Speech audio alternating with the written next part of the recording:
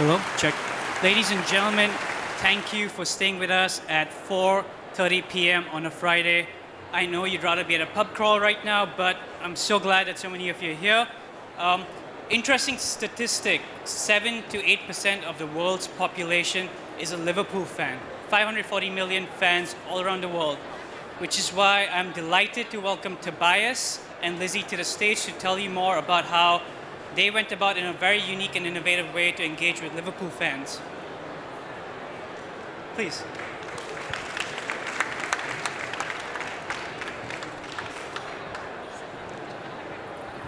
We can play musical chairs. Do you want us close? Do you want us close? So before we show you a video, maybe Lizi and Tobias, you could introduce yourselves a bit and tell us, because this is about sports, what team are you a fan of? Hi, my name's Lizi Hamer. I'm the Regional Creative Director at Octagon. So Octagon, we look after sport and all things passion to earn fans' attention. I've been living across Asia for the last 5 years, and I'm definitely a fan of rugby. So I'll put my kind of hat on the sport rather than the team. Also a big fan of triathletes. So the Brownlee brothers would be the people that I would enjoy talking about. Hello, everyone. Oh, that was a lot louder than yours. Tobias Wilson, as you can see, the VP of Growth at MediaMonks. We're a global creative production partner for both that works with both brands and agencies, and also some of the biggest tech platforms when they want to do digitally ambitious stuff. So I have been in Singapore for 11 years now, nearly 12. Come from Australia originally, and AFL I would have to call out as my sport of choice. Can I just ask one more controversial question before we jump into this panel? If you could be a dictator for a day and nuke any sports team off the face of the earth, which ones would you get rid of? Ooh. I'm going to jump codes and say the All Blacks. Any All Blacks fans here? Find this guy in the pub crawl. I'm going to vote baseball should actually just get rid of it as an entire sport. It's the dullest sport ever. You can't play for 4 hours and win 1-0. That's... Oh. Actually, I changed my decision to that too. Excellent. Innovfest is all about celebrating innovation. And innovation isn't just tied to AI. It's not tied to blockchain. It's not tied to fintech. The most passionate people in the world are sports fans. So it's very wonderful for the panel today to talk about innovation in sports and engaging with sports fans. So with that, maybe we can go to the video.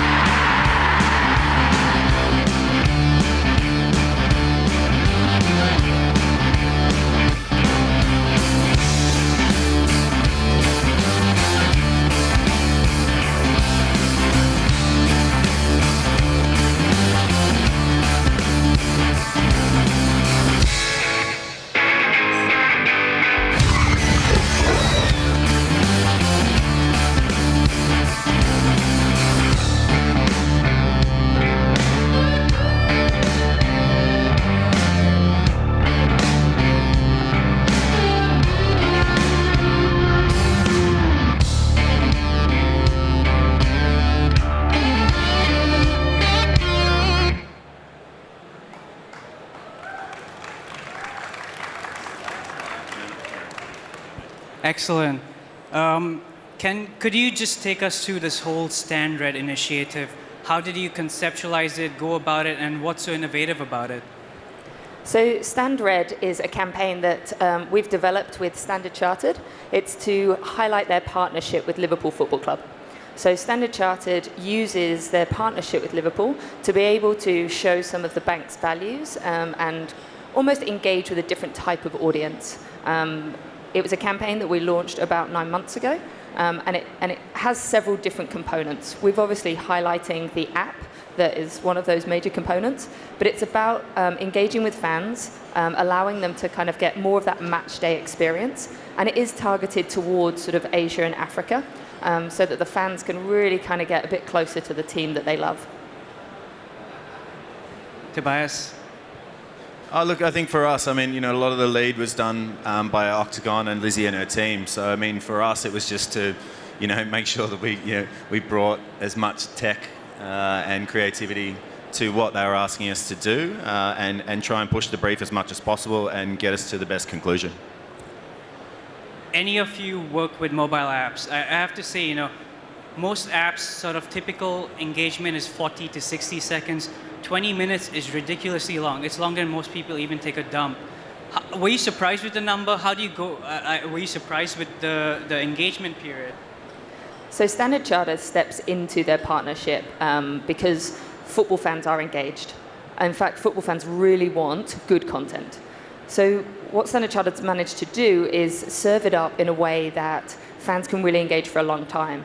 So we quickly ran through some of those functions, but what it is it's looking at fandom and how you tap into that on match day, which means we're in everybody's kind of pockets, in everybody's minds, each time that Liverpool Football Club play a game, which keeps us top of mind and relevant every weekday, basically, throughout the season. Now, a couple of the functions in the app, just for everybody who doesn't have the app, please jump online, download it, it's quite fun. Do it now. The nice bit was the shirt scan function. So as you wear your Liverpool red shirt, Standard are right across the front and center of your shirt. Now what you can do is you can open up your app and you can hold it over the red and it'll actually play you an animation. Now that animation is relevant to that game coming up. So if Liverpool's about to go and smash the Wolves, then obviously we've kind of got, you saw our liver bird, that kind of comes in and it certainly smashes a wolf. So we were kind of playing into that fandom that's what fans want. They want to be kind of G'd up and ready for the game. They want to be able to interact with some of these like beautiful assets, but ultimately we're putting Standard Chartered brand right in the heart and center of it all. So Asia and Africa were the geographies, obviously the two largest continents in the world. Do you see differences in how fans engage with content across the different markets? Tobias, feel free to jump in, otherwise yes, I'm just going to keep talking. We discussed this. The amazing part of my job is that we talk to fans. So that can be in football or it can be in multiple sports. And we kind of have a bit of a phrase that your average consumer is just a consumer until they're a fan. And when you talk to fans, everything goes out the window. They are so engaged, they're so passionate, and actually they don't mind brands stepping in there and kind of being part of that conversation if you are letting them get close to the thing that they love. So they're actually okay for people to step in.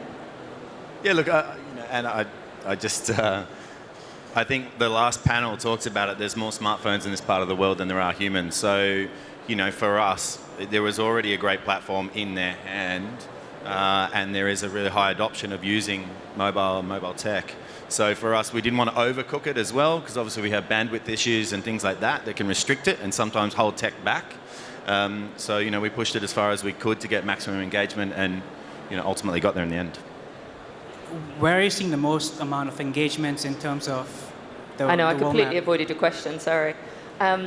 You can see different engagement levels between different countries. So when we kind of look at who's downloading the most and who's spending the most of time, it's very different per country.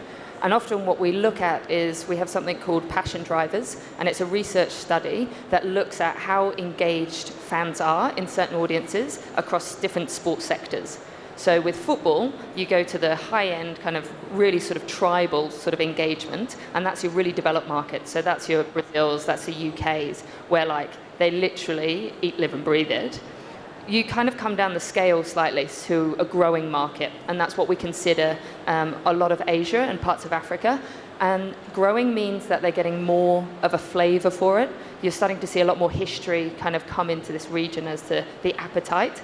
And then we have one kind of less than that, and that's almost kind of new to the sport. So Australia and America often kind of sit in that sort of that that very kind of new to the sport and kind of increasingly being a part of it. It's often played more than it is watched, though.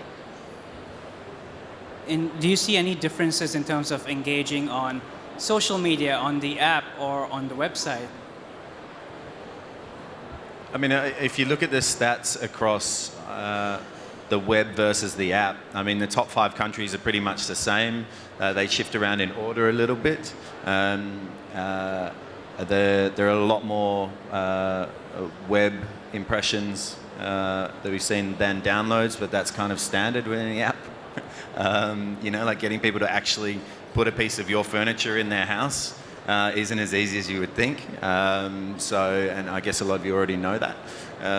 But no, I mean, I think the engagement levels, I mean, once again, we could have gone completely mental with the app build, and there could have been VR, and there could have been machine learning and all of that sort of jazz. And I don't want to talk about the future too much, but maybe there will be one day, but very soon. But you know, there wasn't for this one. What we wanted to do was call out a few really key passion points for Liverpool fans, and do those really well, and keep that content really fresh. And I think, you know, the fact that we have built up to a 20-minute session time didn't start that way, and it wasn't because we did anything around 20 minutes. It was, we had to earn that trust, and we had to level up from that, and it wasn't a set and forget project. It was certainly something that we had to keep building and keep working on to earn the users' trust, so they knew that when they came back to the property, that there would be something new there would be something exciting there, and there would be something engaging and valuable for them. So there was a definite value exchange that we had to keep having with the users to earn their trust and get them to that sort of monumental number. Talking about the region, the app has definitely been developed kind of almost Asia and Africa first, and you can see that in some of the functions. So we looked at what fans are doing and their rituals. Now, we actually found a lot of fans print out the "This is Anfield" sign just on a piece of paper, and they have it up in their home, and they touch it before the game starts, because it is the thing that the players do. And like, that's cool. So the nice bit about the app and digitizing, giving access to people, is that we enabled a lot of people in this type of the region to be able to touch the "This is Anfield" sign. And it collects the amount of people that touch it, and it tells the team how many people are standing behind them, and kind of standing red. So there are a few pieces that kind of build into the magic of this region, but also the hardships of it. So as you mentioned earlier, the 4 a.m., 2 a.m., 1 a.m. calls, as in that's when the game starts, those kickoffs are hard for fans here. So what we did is we rewarded them. So you can actually set your app, and one of the players will call you 30 minutes before the game, or however long you set it. So you can see Mane there. He literally, it's him with his iPhone calling you. It's so low technology, because it was literally just filmed on the players' iPhones, but it's got such a huge engagement, because everybody's like, it's literally like having, like Klopp called me the other day before the big win, and I was like, this is cool. Like, it actually looks like he's calling you. So we start to see the sharing from fans of the app, which is just then, it almost like self-builds. It's always good when your team is winning, like Liverpool just won the Champions League, for example. We have one Liverpool fan, by the way. I'd imagine it'd be very different if they didn't win, and it would be a lot more cussing at the player in the call. But that's something for a different panel. Pretty curious, because in this instance, Standard Chartered and Liverpool were your clients. And for any client, when they engage creatives such as yourselves, it's always, you know, they realize that there's a problem or a situation they need to fix, so they need to work with you. So what was sort of the challenge that they were facing that they brought you on board? So that almost takes us to a point of like, why sponsorship, why sport, why partnerships? Or what's the meaning of life? Well, you know, I'll come back to you on the meaning of life. However, the reason brands step into sport and the passionate fans is because they need flavor. Like, this is a bank we're talking about. The reason brands kind of use their partnerships in smart ways is to showcase some of their values that they want to engage with fans in. So yes, there is a large amount of Liverpool fans in the world, and Standard Chartered is now talking to them, but actually we're giving Standard Chartered a bit of an attitude that goes alongside that. Now, we're in it for the long haul, which means a 10-year partnership to date is now been extended for another few years. So so you get some seasons where you win and some seasons where you lose, and you have to be kind of aware of what that means. But actually, fandom doesn't go away. Fans are passionate whether you win or lose. The UEFA definitely helped there. I mean, I have friends, for example, who don't even go to church every week, but they will catch the game religiously at 4 a.m. or 3 a.m. every week, right? It's crazy. I forgot to mention to the audience, we have Slido, so if you have questions, we're in the last 5 minutes of this panel. Do feel free to send the questions over, and we'll try and accommodate whichever ones are meaningful and rational at 5 p.m. on a Friday. I just changed the slide as well, just in case anybody wants to drill into some of those key lessons. Out of curiosity, you know, like you propose a campaign idea to a client and you execute it.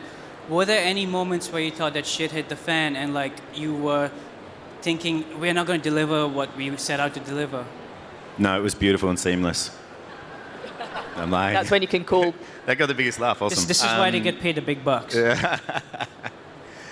Yeah, look, there were tons of challenges. There always are. I think that the interesting one in and around this is that Liverpool are a key stakeholder, Stan Charter a key stakeholder, Octagon are obviously our client, and then the Monks sit behind that as a production team. So, yeah, it's not as simple as a standard client and agency type relationship. There are many stakeholders involved across many different countries and across some pretty cool tech. So yes, there were challenges, definitely. And I think what we've managed to do is sort of work around those for 2.0, which we launch soon.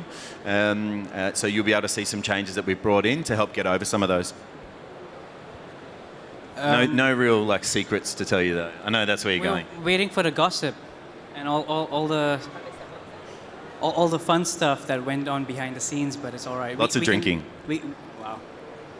So the nice bit between Octagon's main client is Standard Chartered Bank, so we work with them on a daily basis. It's really good fun to be able to work with their partnerships team to be able to make sure that we're delivering the right messages. We developed the concept of Stand Red and then went to the experts to be able to get them to kind of build and deliver. So that's kind of our relationship between sort of Octagon and Milk Money and MediaMonks, and the way that we kind of ensured that we're all kind of streamlining things is definitely kind of been a big learning. There's definitely been points where we've had to kind of call up and go, do you know what, we can't about the Liverpool game. We need to kind of retweak, or we need to change that story. So working quite closely with MediaMonks, we've had to alter the story quite a lot. And I think that was probably one of the biggest challenges on a Friday night before the game goes out next Wednesday. Like, are we sure that we can show a liver bird attacking a wolf? Probably not. Okay, let's change that story. Interesting question from the audience. What's the secret to Liverpool's success in Asia, and which other clubs do you think are doing a good job, and why? Liverpool has an amazing history. So as a club, it's more than just a football club. It's got kind of some really negative but also positive history. And I think that responds well to Asia, because a lot of the target audience that we were looking to engage with, Standard Chartered kind of clients, and is that kind of almost that more mature audience. So I'm going to say sort of 30 plus. And they remember almost like the good days of Liverpool. They remember what it was like as a successful club. Now we're just coming back into that era. I feel like Klopp's really driving home like a new future of Liverpool, which is great fun. So I think that the secret to like Liverpool's success here has been that history, and it's actually going to be something that we're building on next year, to be able to kind of make sure that we're cemented here as the best club to support in the Premier League. It's also a very prosperous coloured jersey. It's very auspicious, just like that timer right there. Yeah. Which is basically asking us that we're almost done. What about the question around fan behavior? Is Asia very different from the rest of the world? Are we more passionate as fans?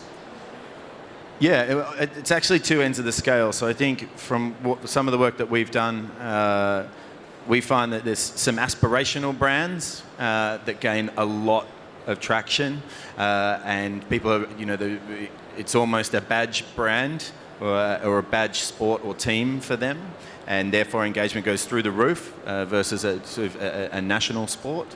But then at the other side, Southeast Asia especially is extremely patriotic in each country. And so you'll see that passion at the other end with the local teams and sports as well. So it's kind of bookended. There's a real drop-off in the middle. So we have something called Passion Drivers that literally segments fans, and it looks at the 13 different kind of qualities of a fan. Some of it we recognize a lot more in Asia is socializing. And so you're online a lot and you don't necessarily go to the pub to watch the game. Whereas player excitement is another part of that. And you kind of, people aspire to be that player or engage with that player. So there's 13 different types, and we can actually map that across Asia and across the world to be able to show you exactly how you can interact with those fans and the differences between them. So obviously, there's a lot of data and a lot that goes on behind the scenes to execute something that's successful.